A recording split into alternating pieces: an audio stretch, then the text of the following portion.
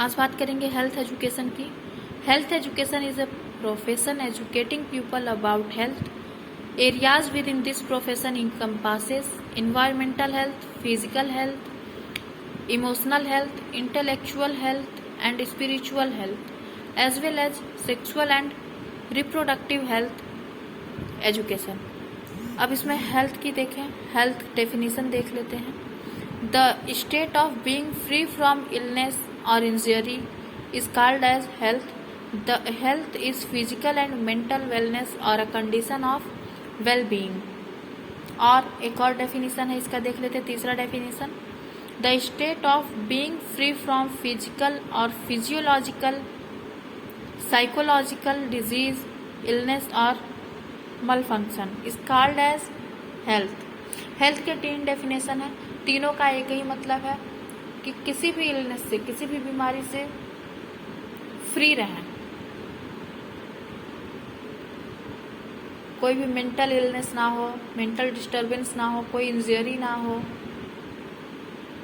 एकदम फ्री रहें और स्वस्थ रहें, उसी को हेल्थ कहेंगे। स्वस्थ रहना ही स्वस्थ, हेल्थ वही होता है। अब बात करते हैं फिजिकल हेल्थ की। Physical wellness promotes proper care of our bodies for optimal health and functioning. It refers to individuals' constitutional health. It indicates that all the body organs are structurally and functionally in a normal state and there is perfect coordination between the organs and the system. All community level, it may be accessed by determining life expectancy, death rate and infant mortality rate। अब बात करते हैं mental health की। According to WHO, a state of well-being in which the individual realizes his or her own abilities, can cope with the normal stresses of life। Mental health refers to your emotional and psychological well-being। Mental health has been defined as a state of balance between the individual and the surrounding world, a state of harmony between oneself and others। Social health की बात करें, social health, it involves one's ability to form satisfying interpersonal relationships with others। Health in the group depends upon the dynamic relationship between number of people, the space which they occupy and the skills that they have acquired in providing for their needs। The social health considers the individual as a member of society and his health status in relation to the socio-economic conditions of the societal group in which they live। Spiritual health, it includes a purposeful life।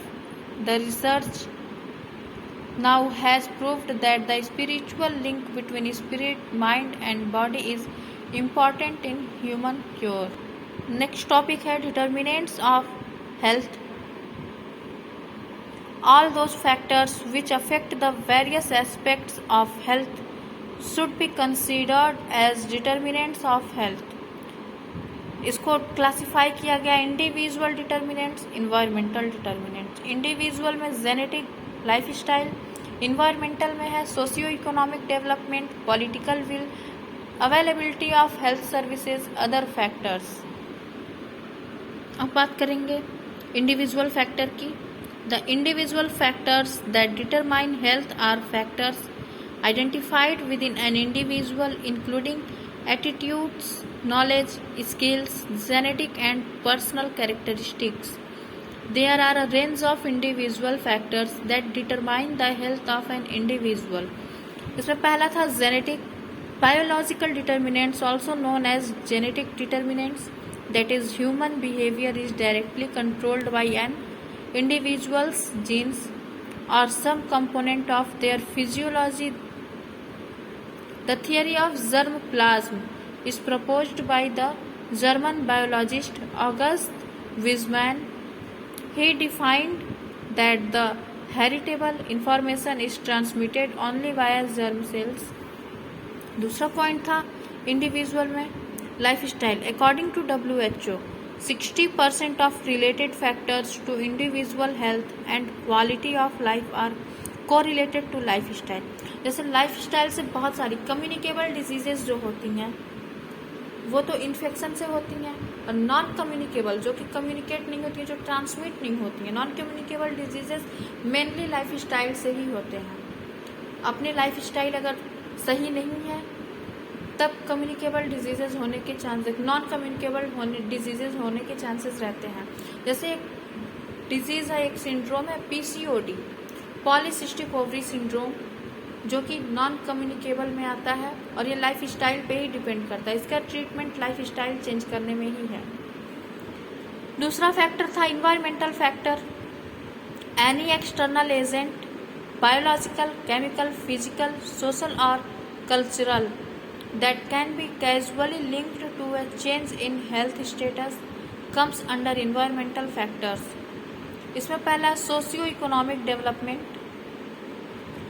Socio economic status underlies 3 major determinants of health care, environmental exposure and health behavior। Development of society plays important role in getting rid from health hazardous customs and traditions। Socio-economic development and growth of society is multifunctional in nature। दूसरा है political will। If we look at the cause of illness, then we can see the poverty is the root cause।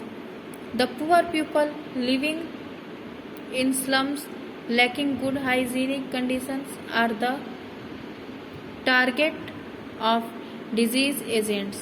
People in rural areas who do not have access to health services and who cannot afford to pay for medical treatment are to the victims of ill health। तीसरा है availability of health care services. The government of each nation provides the health care services to its subjects at an affordable cost। The essential components of primary health care as identified by WHO are as follows। पहला, adequate supply of safe water and basic sanitation, promotion of food supply and proper nutrition, immunization against major infectious disease, maternal and child health care and family planning services, education of people about health problems and methods of preventing and controlling them, provisions of essential drugs, prevention and control of locally endemic disease, appropriate treatment of common disease and injuries। Other factors में है cultural, educational, moral, nutritional, developmental etc। अब आते हैं indicatory of health. Indicators, सूचक। Health indicators are quantifiable characteristics of people population which researchers use as supporting evidence for describing the health of a population। Health indicators are often used by government to guide health care policy। इसमें पहला है mortality indicator. The various measures of mortality published under SRS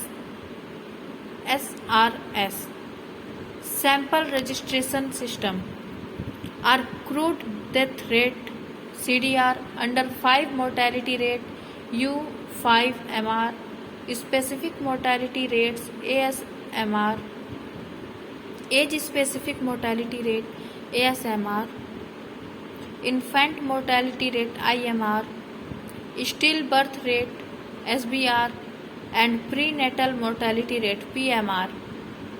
ये सारी चीज़ें हैं इसमें mortality rate में। IMR death of young children under the age of 1, 1 साल के अंदर जितने बच्चों की डेथ होती है उन्हें IMR में रखते हैं, इन्फेंट मोर्टेलिटी रेट जिसको कहते हैं। SRS की बात कर रहे थे जिसमें ये सारे मेजरमेंट्स हैं। सैंपल रजिस्ट्रेशन सिस्टम में the SRS is a demographic survey for providing reliable annual estimates of infant mortality rate, IMR, CDR, ASMR, U5MR, SBR at national and subnational levels. CDR की बात करते हैं. IMR की बात हो गई, इन्फेंट मोर्टेलिटी रेट, जिसमें कि 1 साल के अंदर के बच्चों की डेथ होती है. अब बात करेंगे CDR की. A measure of number of deaths in a particular population scaled to the size of that population per unit of time. U5MR की बात करें, refers to the probability of dying before age 5 years per 1000 newborns. ASMR की बात करते हैं.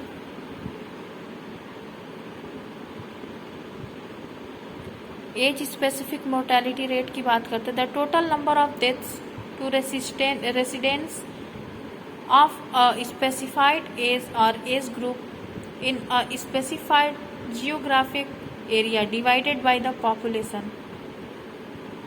SBR still birth rate, fetal death at और after 20 or 28 weeks of pregnancy depending on the source.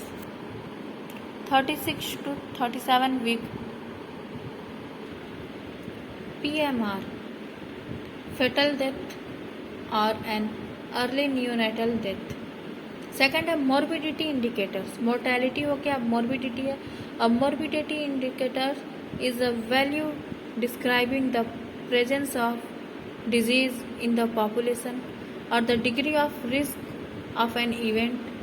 The morbidity indicators includes epidemiologic studies that determine incidence and prevalence of disease and statistical data showing notification of disease, number of admissions in the hospital, etc. Disability rate. Disability rates are determined from limitations of mobility and limitations of activity. Healthcare service indicators. The availability of healthcare services measured in terms of doctor population ratio, population bed ratio, population health center ratio are used as indicators of health. Sanitation indicators. The percentage of population with safe water and sanitation facilities and measurement of air, water, noise pollution are the indicators used to measure health status. Socio-economic indicators. Socio-economic indicators provide a background to understanding the health scenario in a country. This secretion on socio-economic indicators provides data on education, gender, poverty, housing, amenities, employment, and other economic indicators. These indicators for the country as well as states will help in identifying the linkage between socio-economic indicators and achievement of health goals. Quality of life indicators. Quality of life includes everything from physical health, family, education, employment, wealth, safety, security to freedom, religious beliefs, and the environment. According to the World Health Organization, quality of their position in life in context of the culture and value system in which they live and in relation to their goals. अब आते हैं concept of disease में. A disease is a particular abnormal condition that negatively affects the structure और function of all parts of an organism and that is now not due to any immediate external injury. Diseases are often known to be medical conditions that are associated with specific symptoms and signs. A disease may be caused by external factors such as pathogens or by internal dysfunctions. Concept of disease में examples है immunodeficiency, hypersensitivity, allergies, and autoimmune disorder. There are 4 main types of disease. First, infectious disease, deficiency disease, hereditary disease, physiological stress.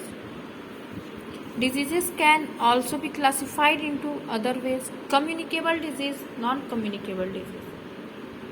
Communicable disease की बात करें तो transmission of pathogen, infectious agent, germ from an infected host individual or group to particular individual or group causes communicable diseases. Pathogens or microorganisms can be transmitted by means airborne transmission, जिसमें particle size greater than 5 micrometre होता है.